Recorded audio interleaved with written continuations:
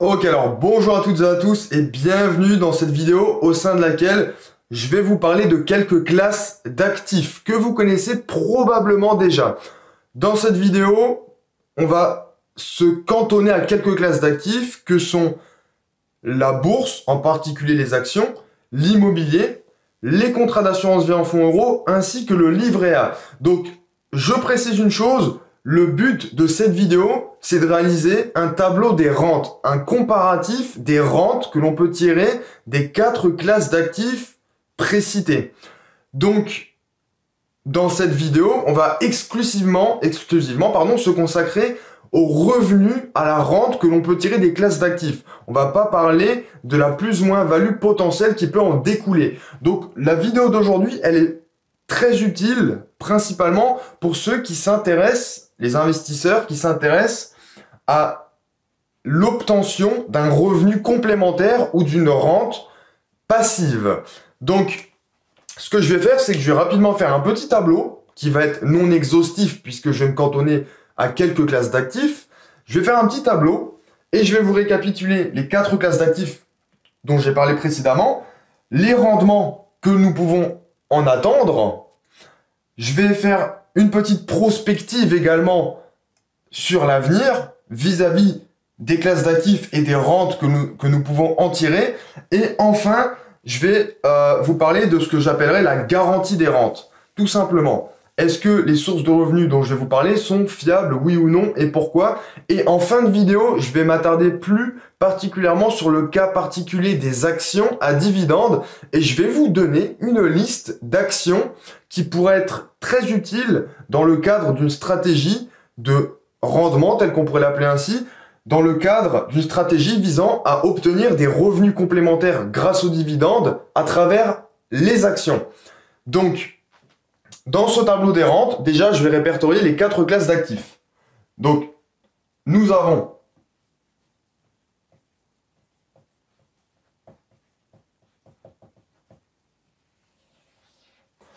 notre classe d'actifs. Ensuite, on a tout simplement le rendement de la rente.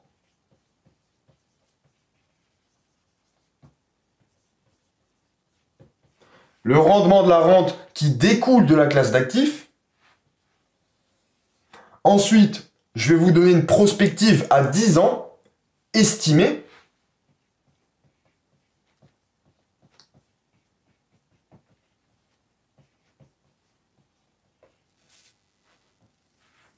Et enfin, en dernière colonne, je vais vous parler de ce que j'appellerais la garantie des rentes.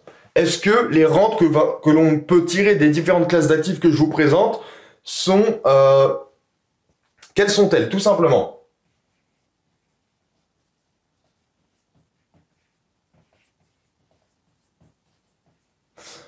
Donc, les 4 classes d'actifs dont je vais vous parler sont livret A, contrat d'assurance vie en fonds euros, libellé en fonds euros, immobilier locatif ainsi que actions à dividendes. Je le rappelle, on s'intéresse ici à la rente, aux revenus complémentaires, à ce que l'on peut toucher comme rente passive. Donc, première classe d'actifs, le livret A. Deuxième classe d'actifs, contrat d'assurance vie. Donc, assurance vie en fonds euros.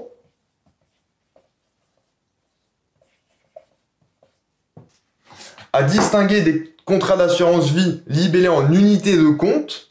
Ensuite, immobilier locatif.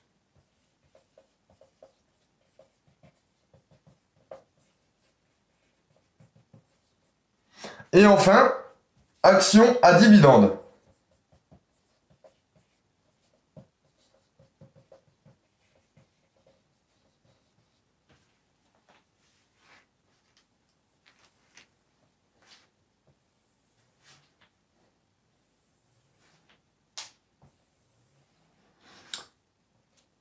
Donc, parmi ces 4 classes d'actifs, quel revenu passif peut-on en tirer? Pour le livret A, vous le connaissez probablement, le rendement d'une rente issue d'un livret A, le taux d'intérêt qu'on peut tirer d'un livret A, il est de 0,5%, sachant que tout ce que je vais vous donner comme taux ici sera du taux annuel.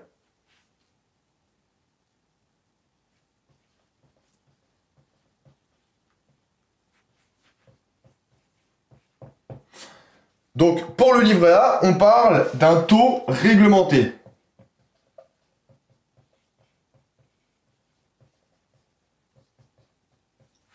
Ensuite, pour les contrats d'assurance vie en fonds euros. Qu'est-ce que l'on peut tirer des contrats d'assurance vie en fonds euros?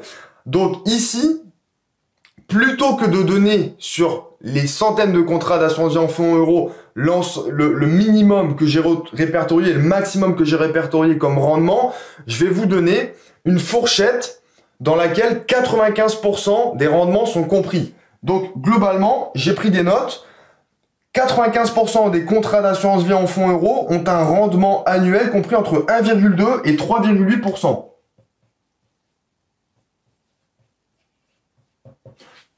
Tous ces rendements sont annuels.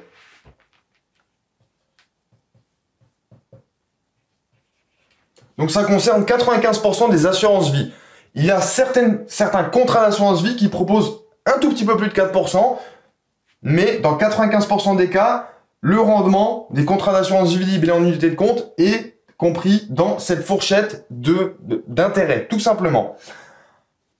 Je précise quelque chose ici, on parle, et ça je le préciserai dans le cas de la prospective, on parle d'un intérêt qui est versé obligatoirement au détenteur du contrat, puisqu'un contrat, c'est, comme son nom l'indique, un contrat, il y a des clauses contractuelles qui lient l'assureur au détenteur du contrat. Mais je vais en reparler dans la prospective actuelle. Donc, je précise, livret A et assurance vie en fonds euros sont les deux supports d'épargne préférés des Français. Le livret A, c'est le support d'épargne préféré des Français en termes de montant, de nombre, tout simplement, de livrets A ouverts. Il y a plus de 60 millions de livrets A ouverts en France. Et l'assurance vie en fonds euros est le premier et le principal et le placement préféré des Français en termes d'encours sous gestion.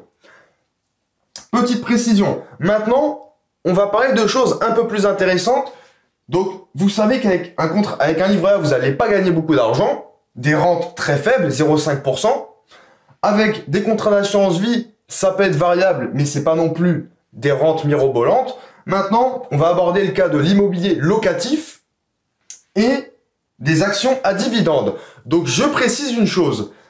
Dans le cadre du livret A et de l'assurance vie en fonds euros, c'est pas tellement la loi de l'offre et la demande qui régit les taux. C'est un peu vrai dans le cas des contrats d'assurance vie en fonds euros, puisqu'ils sont investis en obligations souveraines majoritairement. Le livret A également un petit peu moins. En revanche, pour l'immobilier locatif et les actions à dividendes, on est un petit peu plus dans le cadre de la loi de l'offre et de la demande. Donc, pour le rendement de l'immobilier locatif, le rendement locatif, il se calcule de la manière suivante. C'est tout simplement combien de loyers, pour simplifier et schématiser les choses, quel est le montant de loyer touché à l'année divisé par le coût d'acquisition du bien immobilier. Vous achetez un bien immobilier 100 000 euros, frais de notaire compris, etc. Et vous touchez, par exemple, 5 000 euros de loyer net. Ça vous fait donc 5 000 sur 100 000, 5% de rente, 5% d'intérêt, 5% de rendement locatif. Donc, encore une fois, j'ai pris des notes. Pour l'immobilier locatif, le rendement est compris dans 95% des cas, encore une fois, puisqu'il existe des investisseurs très chevronnés qui parviennent à obtenir des rentabilités locatives très importantes, mais d'après les statistiques de l'INSEE, dans 95% des cas, le rendement locatif est compris entre 1,8 et 8,3%.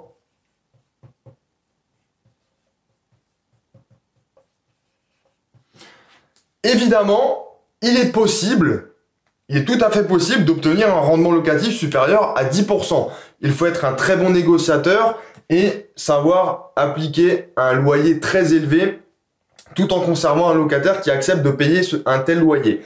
Toujours est-il que dans 95% des cas, pour l'immobilier locatif, on a des rendements locatifs compris entre 1,8 et 8,3%, ce qui est quand même relativement intéressant.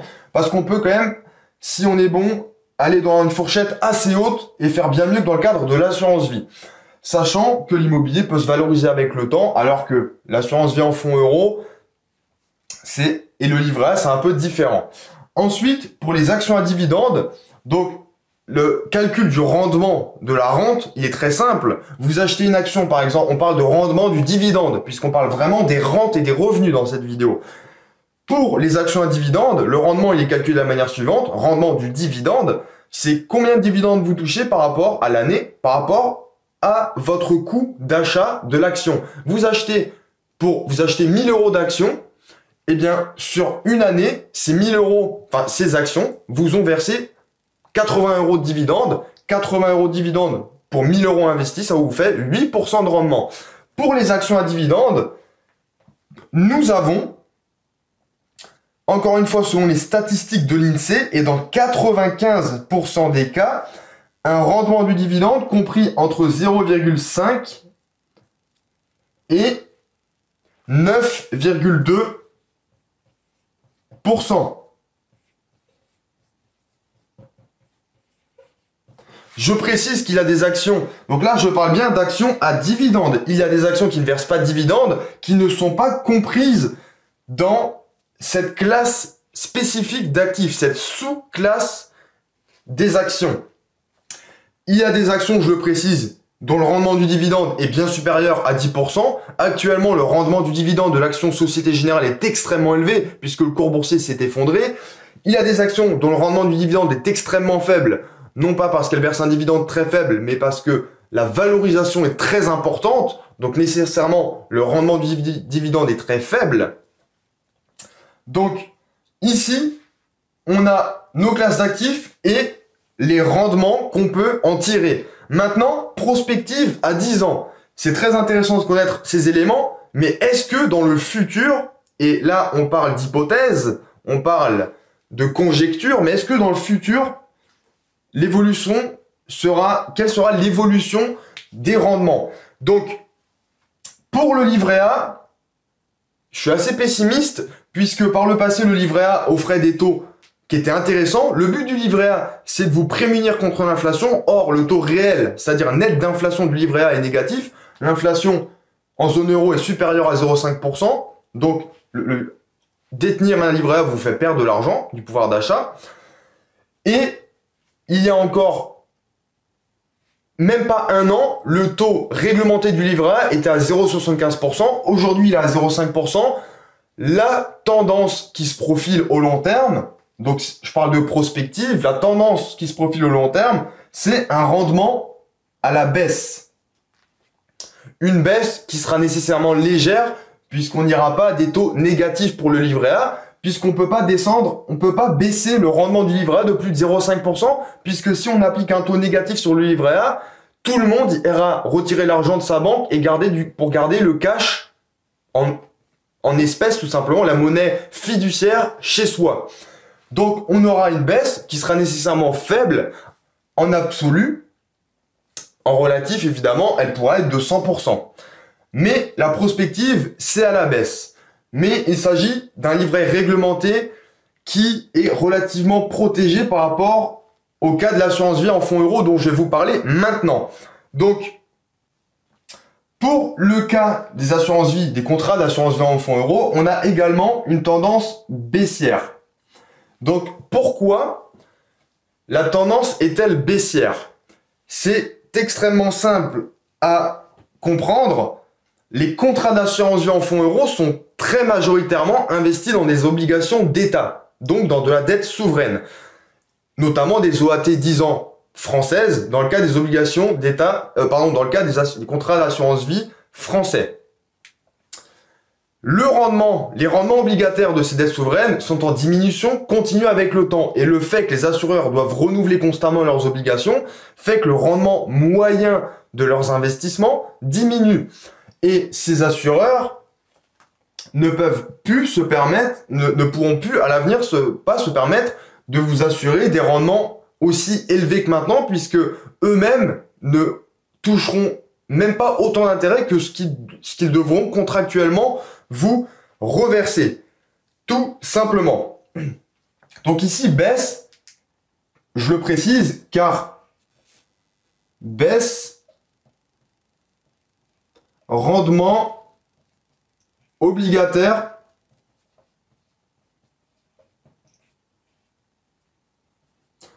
pour les dettes d'État. Pour simplifier, on va parler d'OAT 10 ans. Obligation à terme 10 ans. Entre autres. Ensuite, l'immobilier locatif. Que peut-on attendre de l'immobilier locatif? Donc, le rendement a priori de l'immobilier locatif, il sera en légère croissance pour une raison très simple. Donc, il devrait être en hausse à l'avenir, mais c'est une supposition, c'est une hausse légère. Donc, hausse légère. Et c'est évident, pour une raison très simple, c'est l'indexation des loyers. Il est possible de réviser à la hausse les loyers, évidemment dans certaines mesures, bien évidemment, mais il est possible de réviser à la hausse les loyers immobiliers, selon certaines modalités, mais ça permet d'augmenter, par rapport à son coût d'achat du bien immobilier, ça permet d'augmenter son rendement locatif. Toujours est-il qu'il y a les rendements locatifs immobiliers sur les 10 dernières années ont tendance à baisser en moyenne puisque les prix de l'immobilier ont augmenté beaucoup plus vite que les loyers. Mais toujours est-il que si on raisonne de cette manière, rien qu'en raison de l'indexation possible des loyers et de la hausse possible des loyers, on peut obtenir grâce à l'immobilier locatif une légère augmentation de ses rentes immobilières. Vous pouvez augmenter vos loyers immobiliers selon certaines modalités et certaines conditions, mais ça augmente votre rendement. Donc ça augmente votre rendement de la rente immobilière.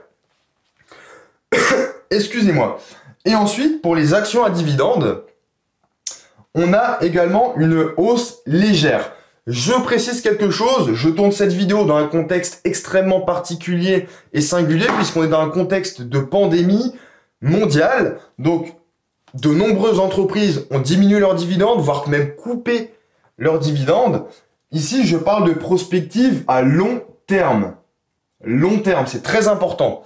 Et au long terme, l'ensemble des dividendes qui sont versés aux actionnaires augmentent plus vite que l'inflation et sont tout simplement en augmentation, tout simplement, mais plus vite que l'inflation. C'est même un peu plus intéressant que dans le cas de l'immobilier locatif. Donc, légère croissance qui est due tout simplement, donc croissance qui est due à l'augmentation du résultat net des entreprises. Donc, des entreprises, qu'elles soient cotées en bourse ou non.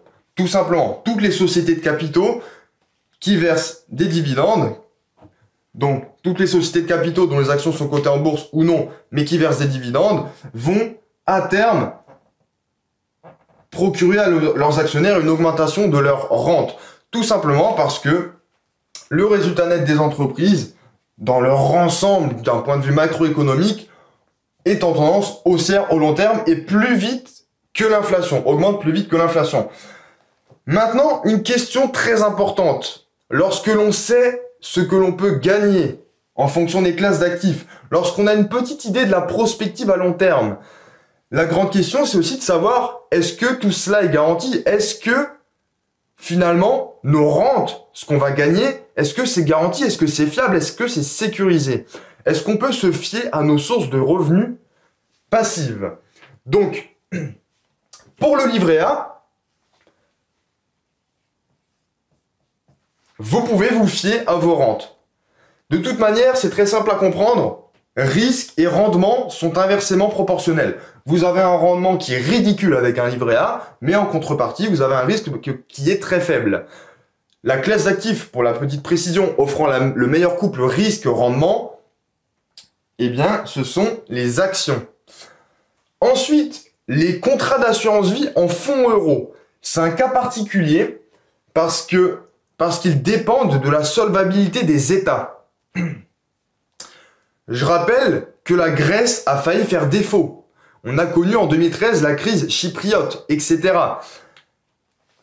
L'Italie, l'Espagne la France, bref, on va dire les parias du sud de l'Europe, sont dans des situations relativement, je dirais, insolvables d'une certaine manière, en termes au regard de leur endettement public, et qui augmente avec la pandémie qu'on traverse.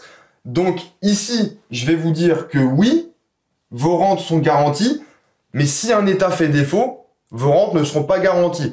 Pour beaucoup de raisons, notamment des raisons des liens entre banques commerciales, banque centrale et État, il y a peu de risques que vos rentes ne soient pas protégées. Donc oui, ici, c'est supposé, mais ça dépend bien sûr de la solvabilité des États. Donc ici, on a investi dans des obligations d'État, donc ça dépend de la solvabilité des États. Maintenant, si on parle de l'immobilier locatif, la garantie des rentes existe-t-elle vraiment? La question, elle est très simple à résoudre. La garantie de vos rentes immobilières dépend tout simplement de la garantie de vos loyers et de vos locataires.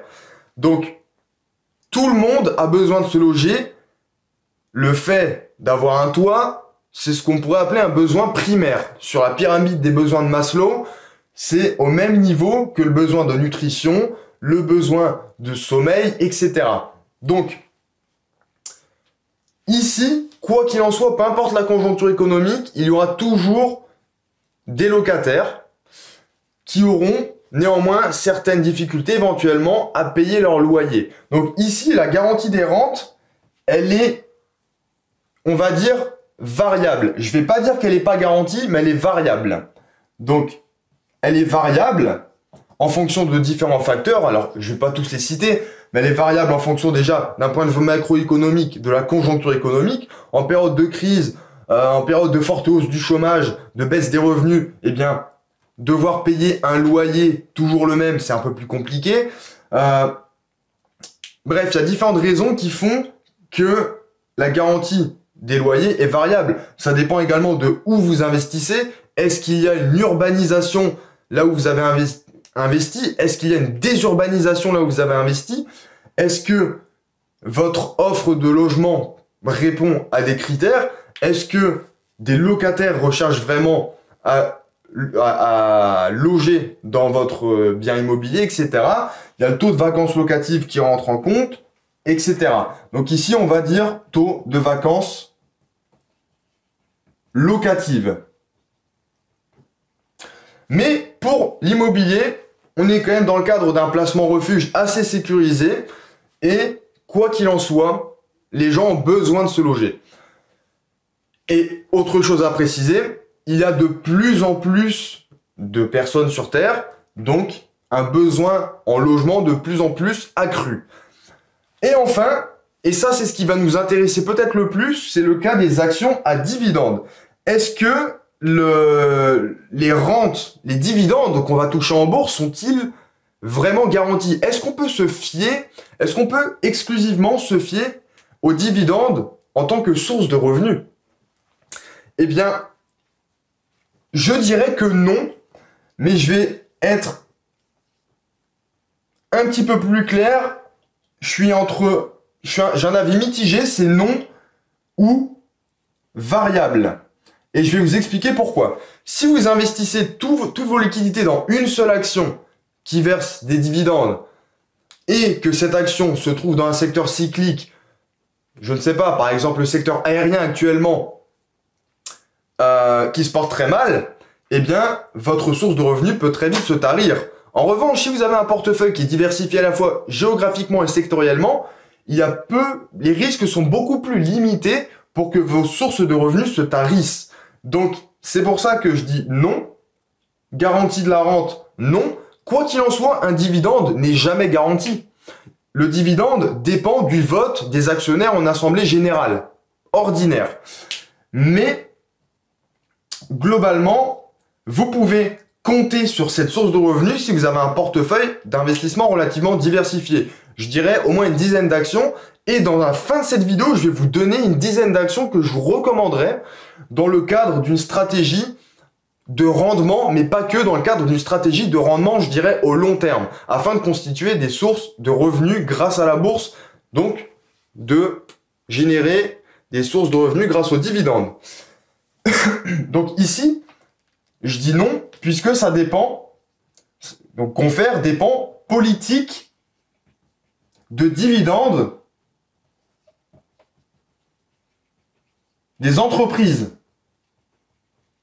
Sachant que la politique de dividendes des entreprises dépend du vote des actionnaires. Ce sont les actionnaires, in fine, qui décident du montant du dividende qui leur sera rétribué au prorata de leur droit de vote attaché à leurs actions détenues dans le capital de la société. Je rappelle, à chaque action ordinaire est associé un droit de vote. Il existe des actions particulières, actions à dividendes prioritaires, actions à droit de vote double, actions préférentielles, etc. Mais peu importe. Globalement, c'est comme ça que ça marche. Donc maintenant, quelque chose de très très important à comprendre, j'insiste là-dessus, j'ai vraiment envie que vous compreniez ceci, parce qu'il y a pour moi encore aujourd'hui trop peu de personnes qui s'intéressent à la bourse et qui considèrent la bourse comme une solution fiable pour vivre au mieux et obtenir un complément de revenu. Je précise une chose, beaucoup de gens ont peur de la bourse parce que les cours boursiers fluctuent énormément. La bourse est cyclique, tout comme l'est l'économie, et bourse et économie sont liées. L'immobilier, c'est pareil. Le marché immobilier, alors tous les micro-marchés, mais globalement, le marché immobilier est cyclique. Les prix de l'immobilier sont très cycliques. Les prix de l'immobilier sont très volatiles. Durant les années 90, l'immobilier parisien a perdu presque 50% de sa valeur. Mais on n'en parle pas et on ne le remarque pas puisque l'immobilier n'est pas coté. Personne n'a vraiment conscience de l'évolution des prix de l'immobilier. Mais le prix de l'immobilier varie énormément dans le temps. Eh bien, en bourse, c'est pareil. Le prix des actions, le cours boursier des actions varie également énormément dans le temps. Mais ce qui est très important à comprendre, c'est que bien que l'immobilier ou les actions soient deux classes d'actifs très volatiles, les fruits qu'on peut en tirer, à savoir les loyers et les dividendes, respectivement, sont beaucoup moins volatiles. Donc, pour le cas de la bourse, puisqu'on parle plutôt de bourse sur cette chaîne YouTube, on a des actions tout simplement qui sont globalement volatiles. Les marchés boursiers, les marchés actions sont volatiles. On a des hauts, on a des bas, on a des bulles spéculatives, on a des cracks boursiers, etc. On a des marchés qui sont très volatiles. Mais en revanche, les dividendes, eux, sont beaucoup moins volatiles. Les dividendes sont beaucoup plus stables. Je vais vous donner un exemple concret. Je vais vous parler de l'action Total. L'action Total n'a jamais baissé son dividende depuis 1986. Et il me semble que c'est même 1983. Et il a augmenté quasiment systématiquement chaque année. Pourtant, Total opère dans un secteur extrêmement cyclique, le secteur pétrolier et gazier. Total, c'est une multinationale française, c'est une major pétrolière qui a, au-delà de son secteur d'activité très complexe, vécu des crises comme toutes les entreprises. La crise des subprimes de 2007-2008, d'une certaine manière également la crise de la dette en zone euro en 2012, la crise de la Covid en 2020, le dividende donc et le cours boursier de l'action Total a beaucoup fluctué pendant ces périodes-là. On a connu durant les 20 dernières années des fluctuations du cours boursier de l'action Total supérieures à 100%. L'action Total en début d'année 2020 était à un moment donné cotée même pas 25 €. Il y a quelques années, l'action Total était cotée, si je me souviens bien, 56 €. Donc les cours boursiers sont certes très volatiles, mais les dividendes ne sont pas du tout aussi volatiles que les cours boursiers. Et ça, c'est très important de le comprendre. Et c'est vrai pour l'immobilier également. Les marchés immobiliers sont volatiles, mais les loyers, eux, ne sont pas du tout volatiles ou très peu. C'est pas parce que le marché immobilier s'effondre que les loyers vont être divisés par 2 ou par 3. Et ça, c'est quelque chose qu'il faut comprendre. Les gens ont peur de la bourse. Et il faut bien comprendre que les gens ont peur parce qu'ils regardent les cours boursiers. Mais dans le cadre d'une stratégie de rente et lorsqu'on s'intéresse à une source de revenus, il faut savoir que les dividendes sont beaucoup moins fluctuants dans le temps, beaucoup moins volatiles que les cours boursiers eux-mêmes. Donc ça, c'est quelque chose de très important à comprendre. Maintenant, avantage. Alors, pour moi, il y a deux éléments très importants dans une stratégie de construction patrimoniale au long terme. Pour moi, l'immobilier, c'est important. Les actions, c'est important. La classe d'actifs au long terme, qui est la plus performante en France, en considérant les 30 et les 50 dernières années, eh bien, ce sont les actions. Et en second lieu, l'immobilier. Mais ce qu'il y a également à comprendre, c'est que l'immobilier offre un avantage indéniable par rapport aux actions, c'est qu'on peut acheter de l'immobilier à crédit et bénéficier de la puissance phénoménale, selon moi, de l'effet de levier bancaire. Ce qui permet d'acquérir plusieurs biens immobiliers sans en avoir la capacité, sans en avoir l'épargne directe. Mais en utilisant le levier bancaire, on peut accroître son patrimoine financier très rapidement dans l'immobilier. On ne peut pas le faire avec la bourse, du moins dans les cas classiques. On ne peut pas aller voir son banquier, emprunter 50 000 € pour investir en bourse et rembourser le banquier au fur et à mesure. Tandis qu'avec l'immobilier, on peut s'endetter auprès de la banque pour investir dans l'immobilier locatif et faire en sorte de couvrir les mensualités de crédit avec les loyers. Idéalement. On ne peut pas le faire avec la bourse et les dividendes, par exemple. Ensuite, maintenant que vous avez bien compris ce tableau, et que vous avez, j'espère, tout de même compris que les dividendes constituent une source de revenus qui n'est pas si risquée que ça, si on investit dans un certain nombre de sociétés, idéalement de secteurs différents, eh bien, je vais vous donner tout simplement un plan d'action, entre guillemets. Je vais vous donner 10 actions que je vous recommanderais dans le cadre d'une stratégie d'investissement en bourse visant à toucher des revenus, donc des dividendes, sur le long terme. Vous allez voir que dans la liste des actions que je vais vous donner, il y a des actions de fonds de portefeuille, des actions de rendement et, il me semble, une ou deux actions de croissance, mais des actions, je pense notamment à Hermès, qui est une action de croissance, qui offre un rendement du dividende très faible, mais un taux de croissance du dividende extrêmement élevé. Donc maintenant, et ce sera le terme de cette vidéo, je vais vous donner tout simplement une liste de 10 actions qui pourraient être très intéressantes pour vous si vous souhaitez, au long terme, opter pour l'investissement en bourse en vue de toucher des revenus complémentaires grâce à la bourse, à savoir des dividendes. Je rappelle que dans cette vidéo, on ne s'intéresse pas à la valorisation globale du portefeuille, on ne s'intéresse pas à la plus-value. La plus-value serait la cerise sur le gâteau dans le cadre de cette vidéo. Dans cette vidéo, on parle de sources de revenus et plus précisément de dividendes maintenant. Donc là, je vais vous donner la liste des 10 actions dont je vous parlais juste avant.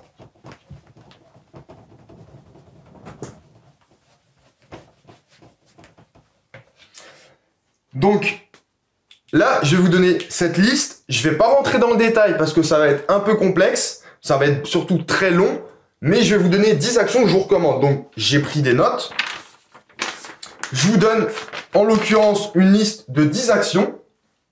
Donc, pour toucher des dividendes au long terme, à savoir toucher un rendement du dividende élevé maintenant, mais également à l'avenir. Je vais vous expliquer quelques notions dans quelques instants. Et ces 10 actions que je vous propose, elles sont toutes éligibles au PEA, donc au plan d'épargne en actions.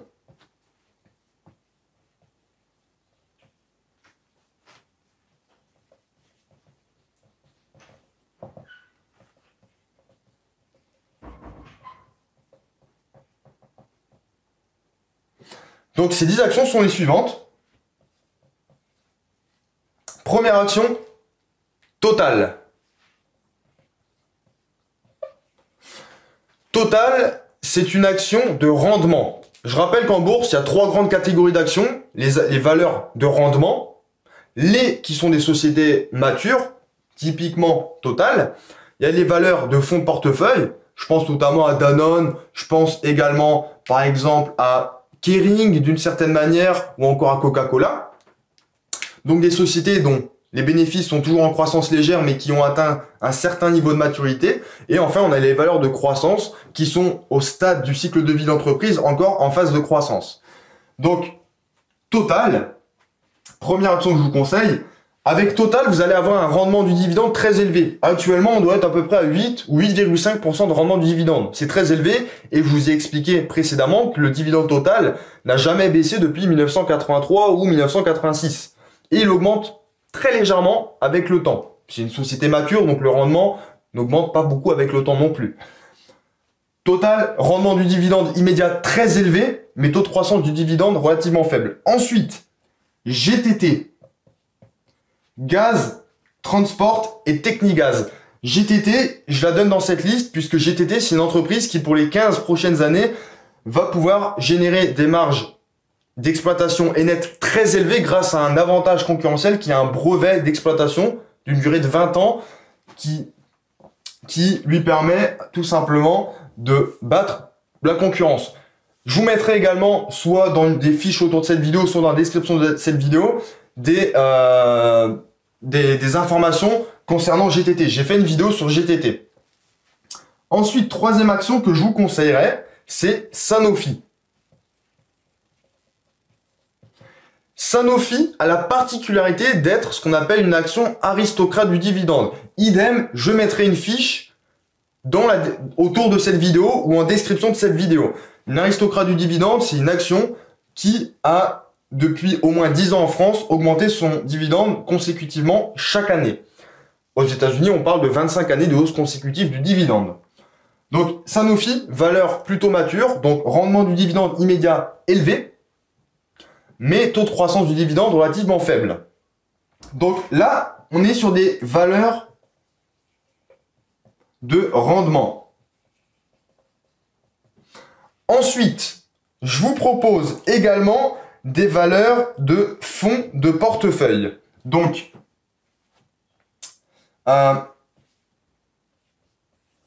Vinci, Danone, également Pharmagest Interactive, mais je vais en parler juste après.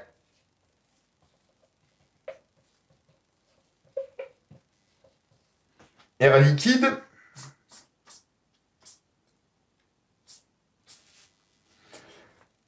Donc, Vinci, Danone et Air Liquide sont trois entreprises qui opèrent dans des secteurs très différents. Vous constaterez que dans la liste que je vous propose pour l'instant, sur les 6 actions que je vous ai déjà proposées, on parle dans la plupart des cas de placement de bons pères de famille, avec un dividende très peu volatile et très stable.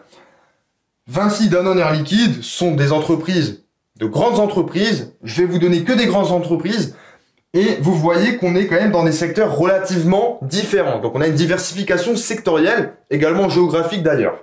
Ici, on est plutôt dans le cadre de valeurs de fonds de portefeuille. J'indique également L'Oréal. Donc je vais vous donner quelques éléments complémentaires, quelques informations complémentaires dans quelques instants. Donc valeurs de fonds de portefeuille. Donc, Vinci, c'est une entreprise qui vous procure un rendement du dividende relativement intéressant, aux alentours de 3,5%, et qui a encore de bonnes perspectives de croissance, donc un taux de croissance du dividende assez élevé.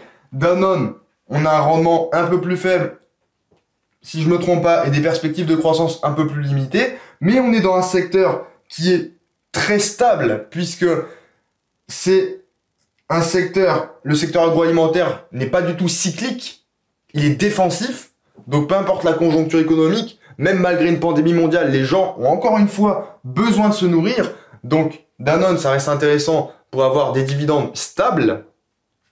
Air Liquide, un placement de bons pères de famille, L'Oréal également, là on parle, donc L'Oréal, leader mondial de la cosmétique, Air Liquide, une entreprise qui est pour moi une très très belle entreprise, avec une politique de dividendes extrêmement intéressante et qui est très fidèle à ses actionnaires en matière de dividendes. Et enfin, et ça va vous paraître peut-être un peu plus étrange, mais je vais vous proposer 3 dernières actions qui sont plutôt des valeurs de croissance. Mais si je vous les donne, c'est pas pour le rendement du dividende, ce sont des valeurs de croissance qui ont un rendement du dividende faible, mais dont le dividende augmente très très très vite au long terme, selon un taux de croissance très élevé. Ce qui fait que maintenant, avec des valeurs de croissance telles que celles que je vais vous donner, vous allez avoir un dividende qui va vous paraître faible. Mais puisque le dividende il augmente très vite avec le temps, dans 10 ans, vous aurez un rendement du dividende qui sera beaucoup plus important par rapport à votre prix d'achat. Donc enfin, les 3 dernières entreprises dont j'aimerais vous parler sont Pharmagest Interactive.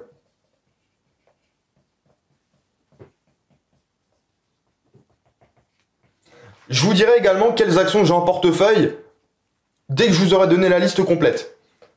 9e action, tout simplement Dassault Systèmes. Et dernière action, Hermès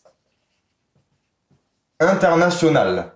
Donc ici, on est sur des valeurs de croissance.